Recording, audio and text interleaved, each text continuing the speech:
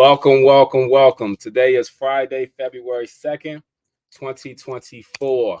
Had a little technical difficulty, so that's why I'm a few minutes late. But again, thank you for joining me for Real Estate, Real Life, Real Talk, and Real Life with your host, myself, Damon, the agent. Now, today, as you always know, I always like to talk about real estate. Then I do my Q&As, and then I go into a subject of the day. So today, we're going to talk about home warranties. Now, the reason why I'm going to talk about home warranties is because there have been a lot of, pros and cons that have been brought up in reference to home warranties. And people have been asking, like I've heard one person say that basically that they paid every month for years, nothing went wrong. Then when they finally paid, the home warranty company did virtually nothing. So they felt like they gave away all this money. And then at the same time, some people know the importance of a home warranty, while others feel like a home warranty is basically a waste of money. This is what some people think. So I want to explain basically the pros and cons of a home warranty. A home warranty is like a maintenance man for you. Like for those who own property and rent property out, a home warranty can basically be like the maintenance person for you. Many times people say, oh, I've heard especially women say they don't want to deal with the extra maintenance. If something goes wrong, they don't want to spend all this money. So they are kind of hesitant sometimes. But having a home warranty in place actually saves you money, and it also acts like a maintenance man for you. So let's say you're renting out a property. Most home warranties will come and fix anything pertaining to electrical, plumbing, appliances, even roof in some cases. Now, here's what you have to do. If you're renting out a property, there's always a deductible associated with a home warranty. You make sure that in your lease, you put a repair deductible that is equivalent or slightly higher than your deductible if you have to call a home warranty. Now, if you have a tenant who has a plumbing issue, you can call the home warranty, send them, they'll send someone right out to deal with it. If your appliances go bad, you call the home warranty, they will actually go out there and fix it. Now, home warranties are to, help against unexpected breakdowns. They're also designed to help for those people who feel as though like when things go wrong, like the roof. Now, I'm going to give you a list of my top 3 choices that I like when it pertains to home warranty. My number 1 home warranty company that I normally advise my clients is 210.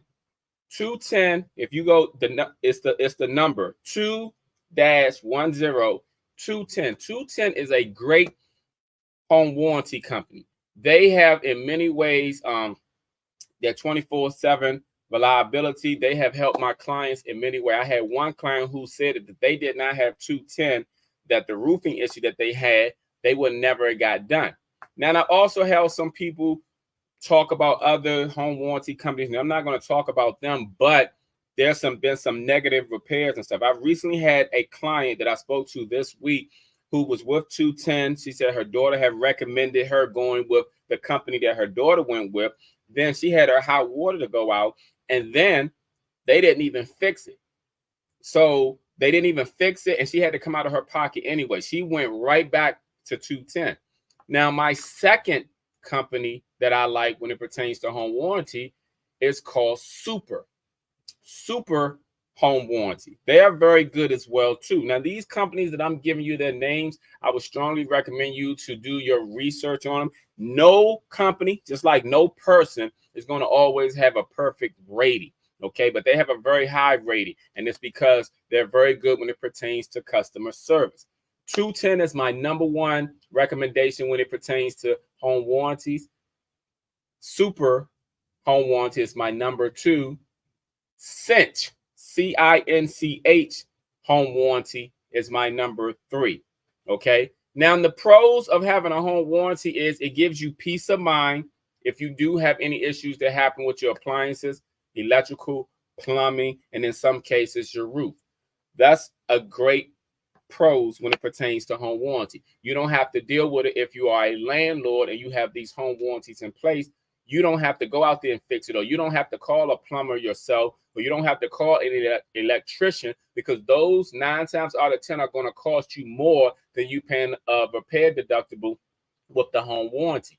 And the home warranties, in many cases, if they cannot fix, let's say, your appliances, they will give you a credit up to amount that would be equivalent or more to where you can buy another one. So that is a good pro when it pertains to the home warranty. Now, the con with the home warranty would be if you had a home warranty for, let's say, years, and then you call them for something, and then they're trying to make you pay for or fix it yourself, then there's no need of even having it because you're just giving them money every month. But I would strongly recommend you to do the researches. Again, 210 is my number one home warranty. Super home warranty is my number two home warranty. And Cinch home warranty is my number three.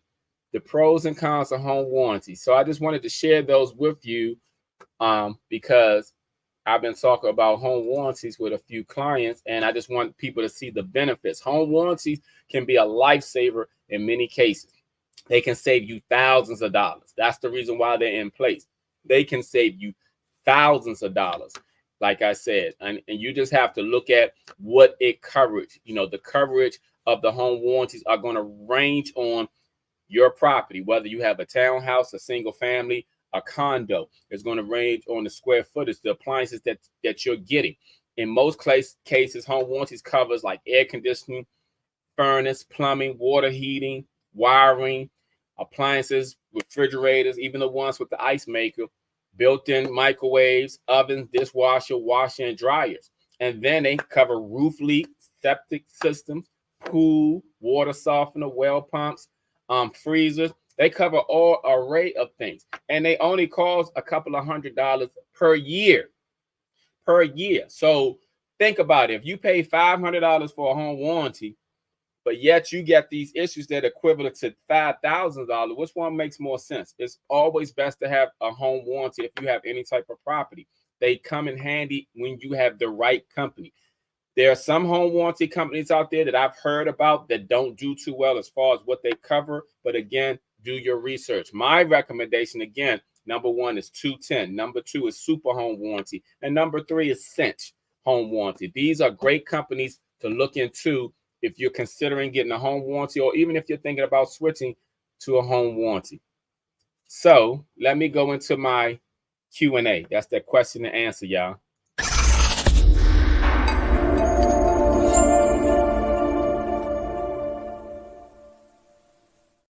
Okay. Yeah, so questions and answers. Remember, if you all have any questions pertaining to real estate, please always feel free to post them so I can answer them, because your question, no question is a dumb question. And at the same time, sometimes your question helps other people who are thinking about it but may not be able to post it. So I'm going to go right into the Q&A because I have like quite a few today.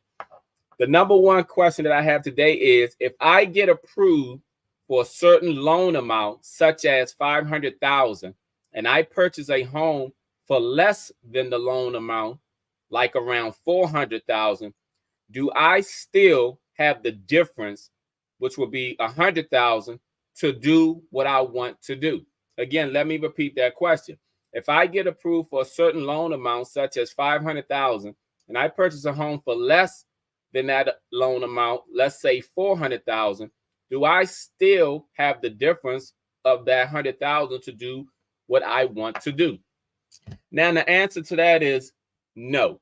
You may be approved for a certain loan amount, but understand this is a mortgage loan amount. This is not a personal loan amount. So when you've been approved for a loan amount by the mortgage lenders, they're approving you based off your credit, your annual income, your debt to income ratio. So let's say you do purchase a home for, you have been approved for $500,000 and you purchase a home for $400,000. The reason why you don't have the difference is an appraisal has to be done on every home that a buyer purchased.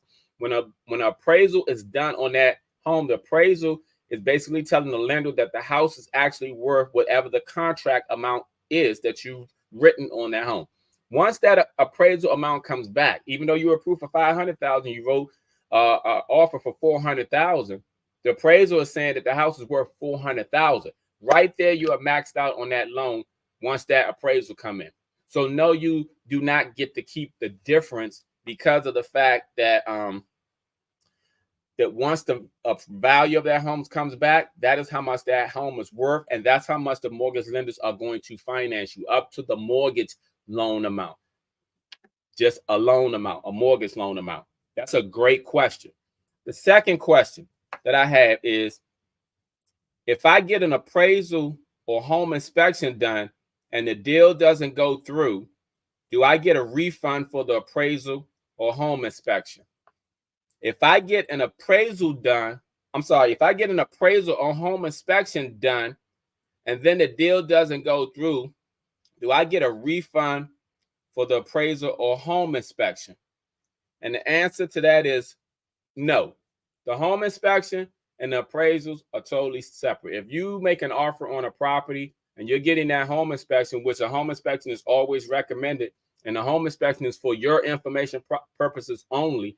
And if something comes up that you want addressed by the seller and the seller doesn't address and you decide to just walk away, that's money that you put into that property. But no, you do not get refunded by anyone. No one is going to refund you on the appraisal, because understand that appraisal is tied to that particular property. So every property has an address. So once you get an appraisal done on that particular property, most appraisals are stamped against that property for 6 months. So for 6 months, that value of the appraisal is done. But if you go get another property, because let's say something comes up and the deal falls apart between the buyer and the seller, no, you do not get refunded that appraisal nor that home inspection, because the appraiser and the home inspectors had to come out to do work. So because work was done by them, you don't get a refund. So it's unfortunate, but that's how it is. That's why when you make that offer, is with the hopes that you're going to go all the way through with that particular deal. Okay. Another question is, if a property has been on the market over 6 months, what would you suggest to the seller? If a property has been sitting on the market for over 6 months, what would you suggest to the seller? That is a great question.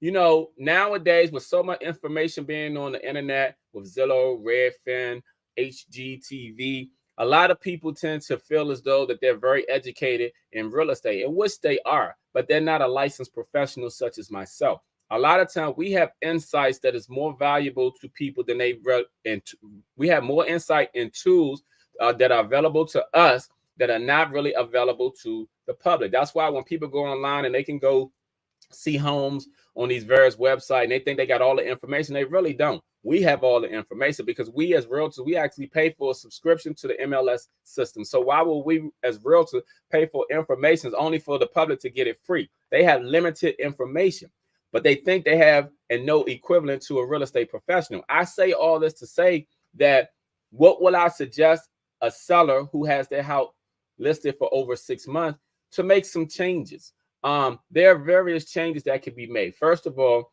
it could be a price adjustment that needs to be made. It can also be the way that the property is viewed, because 9 times out of 10, if a property has been sitting on the market for over 6 months, it is overpriced.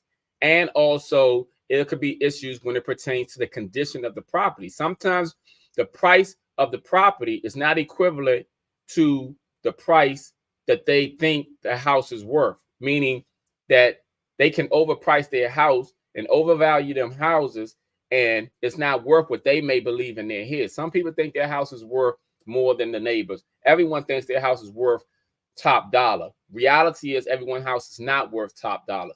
Your house is only worth what the market dictates. And that's what people don't take into consideration.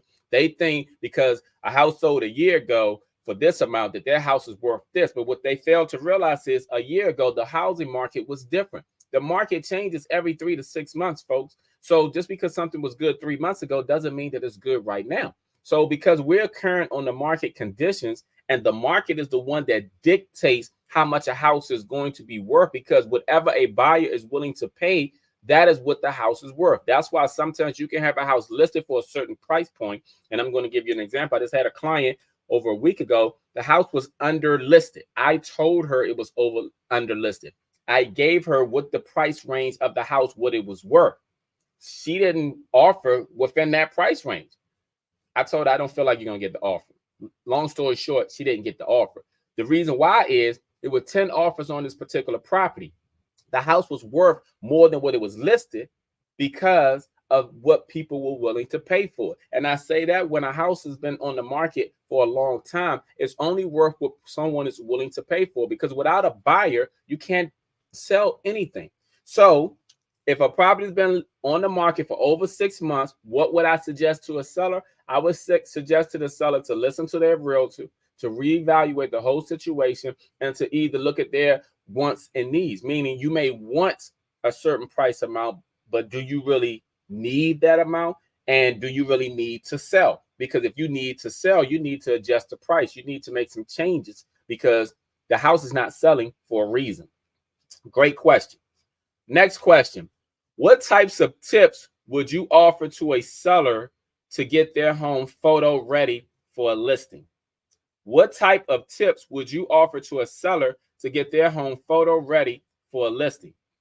I will always recommend that you, as a seller, will put yourself in a buyer's shoe.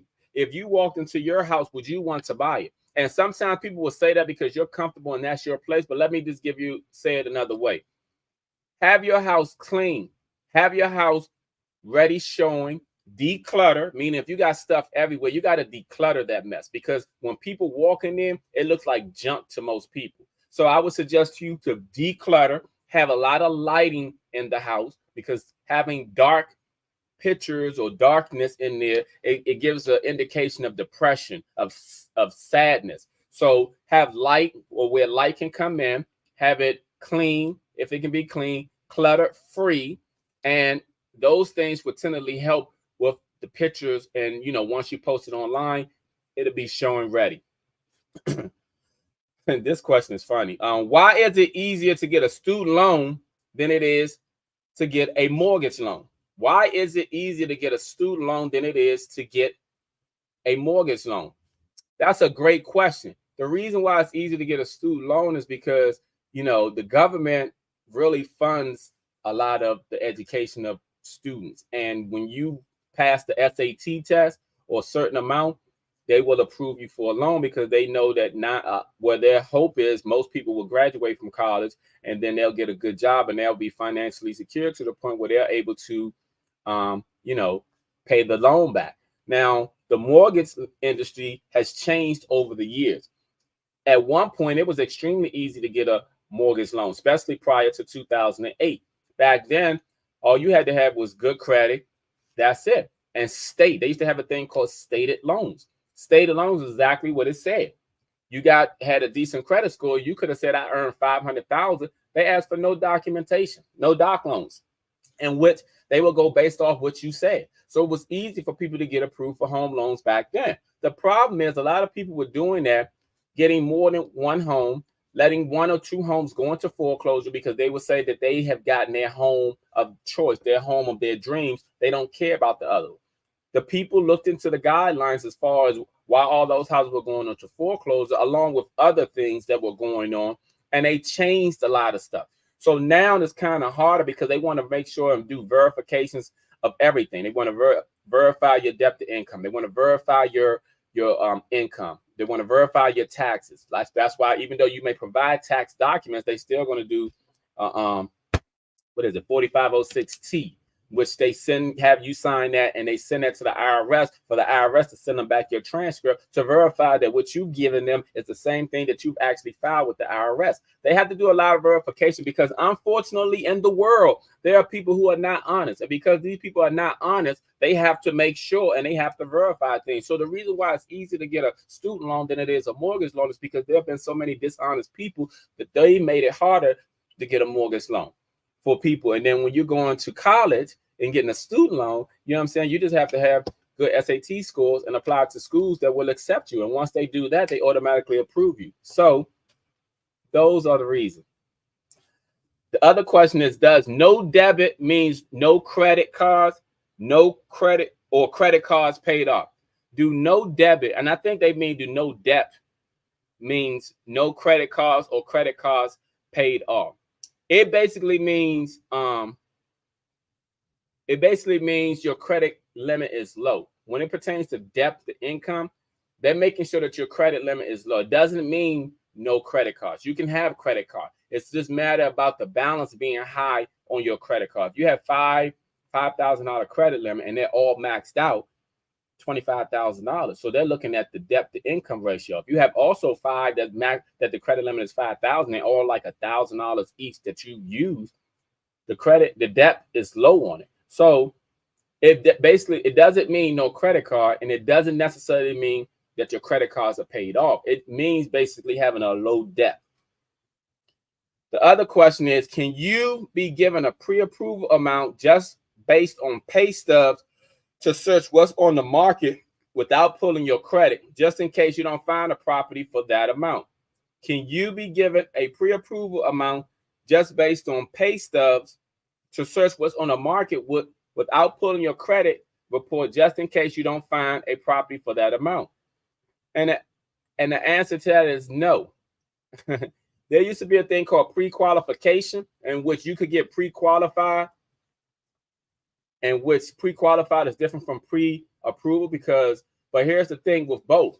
Most lenders are going to want to pull your credit. And the reason why they want to pull your credit, because they still have to look at your debt to income ratio to see basically when you're looking at prices and you look at houses. See, the problem that happens with a lot of potential buyers is they'll go into open houses, they'll look at houses online, they'll fall in love with houses. And then when they actually get approved, when they start looking at houses in their price range of their affordability, they don't like any of the houses because they fell in love with houses that cost twice as much as they can actually afford.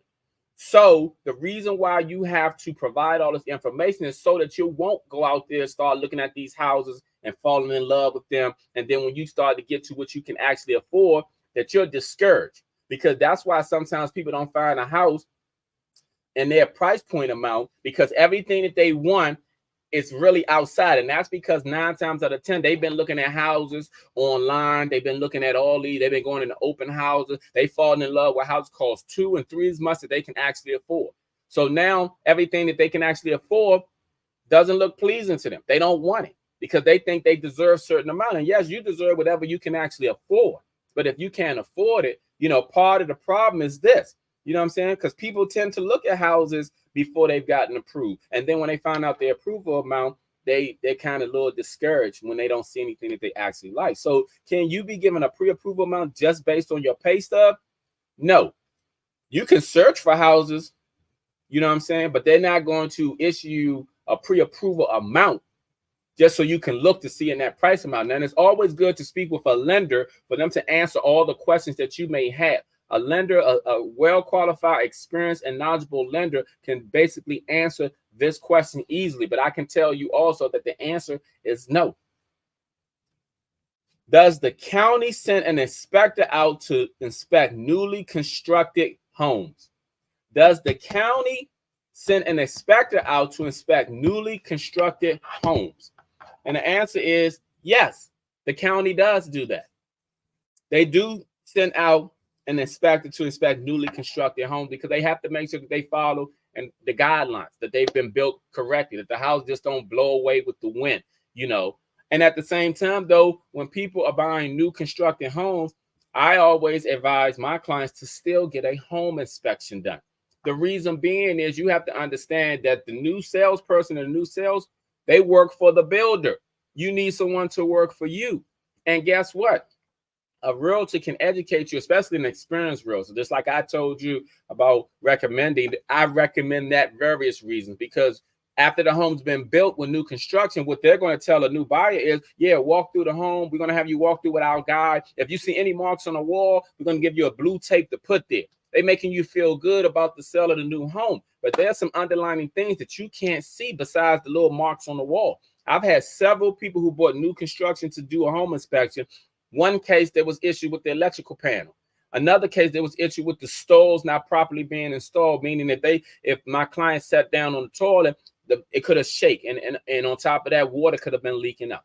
Another case, it was some things going on around in the basement as far as the foundation concern is. So there's a reason why you need an experienced realtor with new construction. They're going to always tell you, you don't need a realtor. You know what I'm saying? What you need a realtor for, you've already found the house, da-da-da. but you need someone to properly educate you. That's the same as you going into a court of law and you knowing that the person that you're suing is guilty of everything, but you going there without a lawyer trying to represent yourself. Hey, sometimes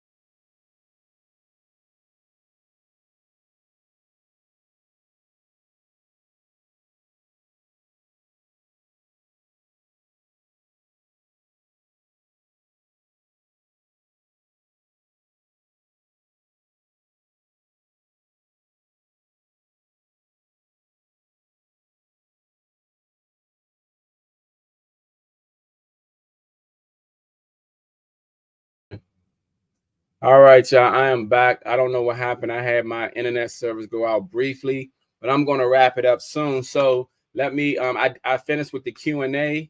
Let me real quick come back with my topic of the day.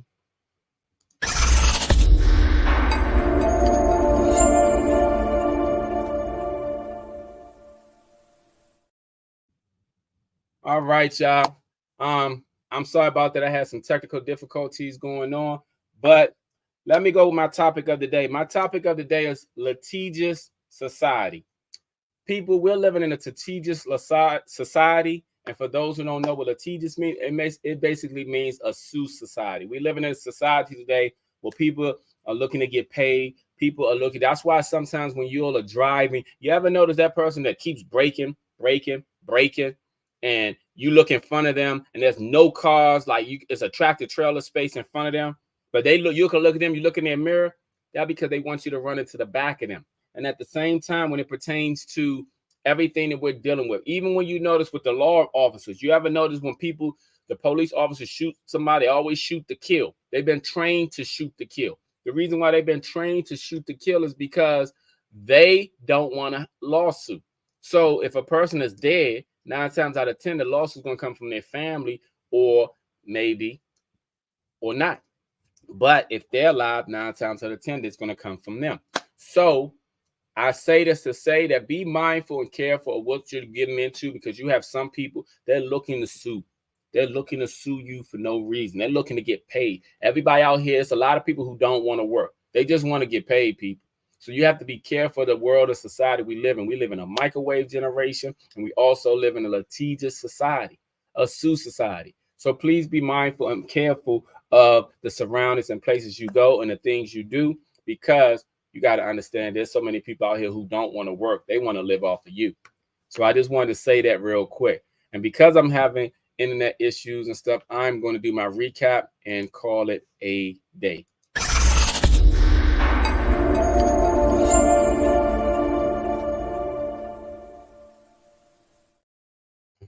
Okay, you all, I'm just going to do a quick recap.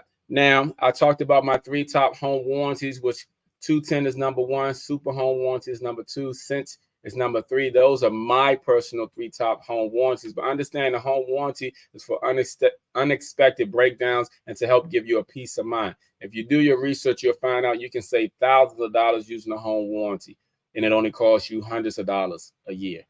And I answered a lot of Q&As. I hope you all caught that. And again, Remember, we're living in a litigious society. So be mindful when you're out there driving and people are braking all the time and driving crazy. People are looking to get paid, y'all. So don't let them get paid off of you.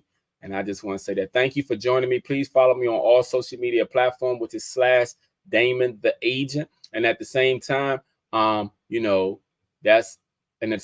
thank you for joining me each and every Friday at 12 noon.